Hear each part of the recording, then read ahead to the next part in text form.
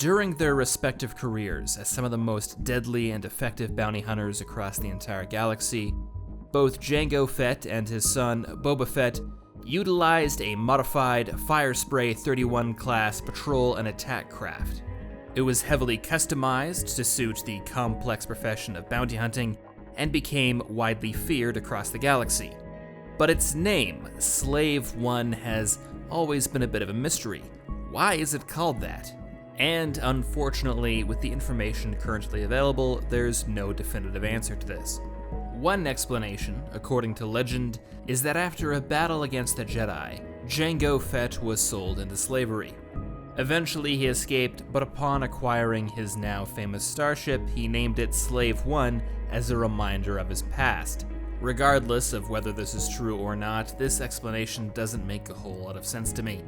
Or at least it just seems very on the nose, but I suppose it's possible that Jango just wasn't that creative. Not everyone can be a poet, after all.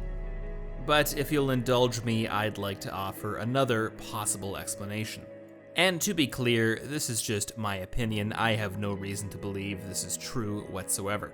It's simply how I interpreted the Slave One name when I first heard it.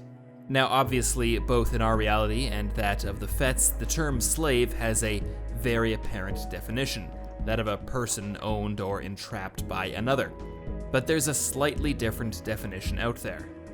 In some contexts, master and slave refers to a model of asymmetric communication or control where one device or process controls one or more other devices or processes. If, for example, you had a very large train with too many cars for a single locomotive to pull, you might add additional locomotives, all controlled by the lead locomotive. So now you have one engine, the master, controlling the efforts of several additional engines, the slaves, and when combined, these all have the power to move that train. Now, I've never met Jango or Boba Fett, so I can't speak to their personality, but they always seemed like very efficient individuals, not so concerned with sentimentality.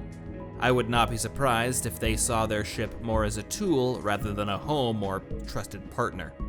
Their ship is enslaved to their control the way a secondary locomotive might be to a lead engine. I feel this overly prosaic name actually fits the personality of the Fetts pretty well. But hey, I could be wrong. Maybe Jango Fett got some sort of sick thrill thinking of his ship like a personal slave. I don't think it fits his character, but it is a very simple explanation. But like I said, this is just my opinion. Do you have a better explanation for why Boba Fett's ship is called Slave One?